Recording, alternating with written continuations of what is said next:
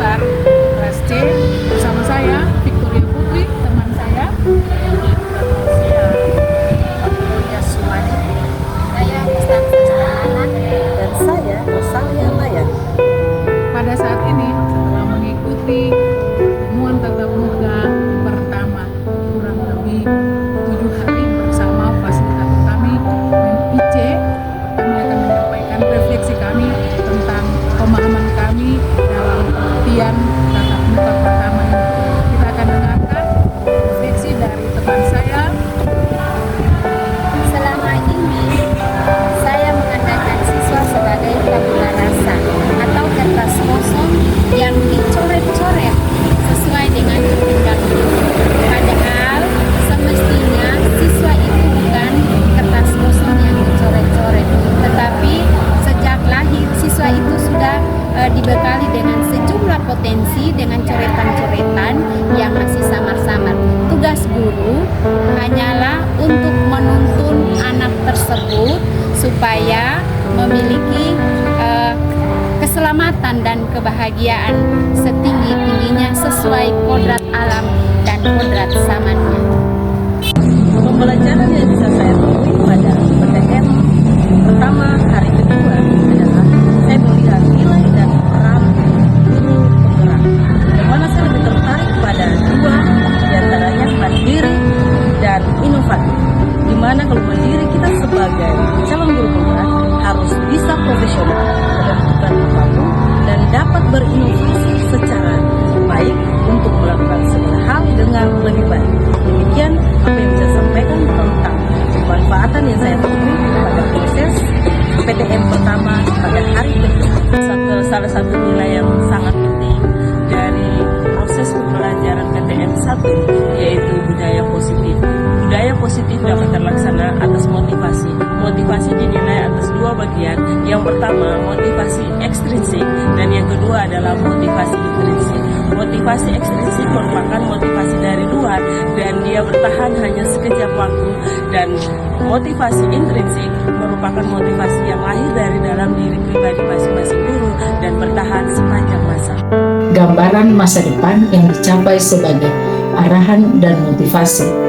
Prakarsa perubahan bentuk konkret dari visi diri yang dapat dibantu dengan atap serta bagja yang dikenal sebagai manajemen perubahan. Dalam pertemuan tatap muka ini, hal baru yang saya pelajari adalah pembelajaran diferensiasi. Dalam pembelajaran ini, saya baru menyadari bahwa ternyata selama ini sebagai guru, saya masih memiliki miskonsepsi tentang pembelajaran diferensiasi ini.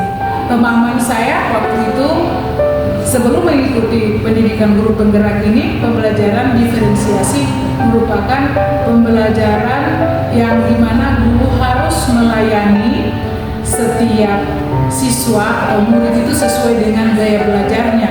Jadi ada pemisahan antara kelompok yang pintar dengan pintar, yang kurang dengan yang kurang. Namun hal menarik dan hal baru yang saya dapatkan dalam pendidikan guru penggerak ini bahwa ternyata pembelajaran diferensiasi itu adalah usaha dari seorang guru untuk dapat memenuhi kebutuhan peserta didik sesuai dengan tujuan pembelajaran yang direncanakan, bukan harus mengajar dengan 40 gaya belajar siswa, dan juga guru bukan harus lari ke sana lari kemari untuk memenuhi seluruh kebutuhan belajar siswa masing-masing, tetapi pembelajaran yang dirancang dilaksanakan secara bersamaan dalam satu kelas untuk 40 siswa, namun harus memperhatikan kebutuhan belajar siswa.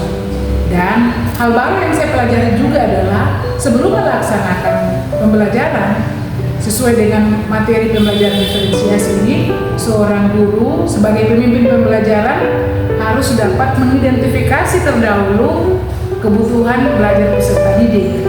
Dan saya paham bahwa untuk mengidentifikasi kebutuhan belajar peserta didik itu ada 3 hal yang perlu diingat oleh guru, yaitu kesiapan belajar murid, minat dan bakat murid, dan profil belajar murid. Dari 3 aspek ini kemudian dibuat perencanaan yang terstruktur dan tersusun dengan baik sehingga dalam pelaksanaannya tujuan pembelajaran yang dirancang itu dapat tercapai.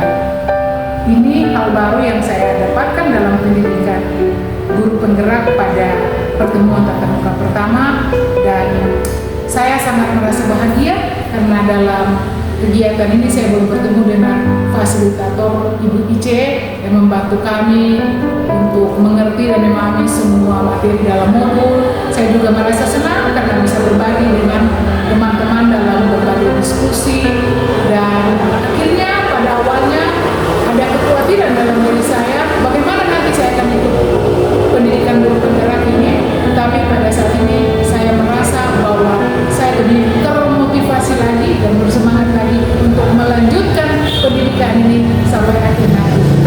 Salam dan bahagia selalu. DGP Dasus Angkatan 10 kelas C, satu hati, satu rasa, satu tujuan untuk Terga.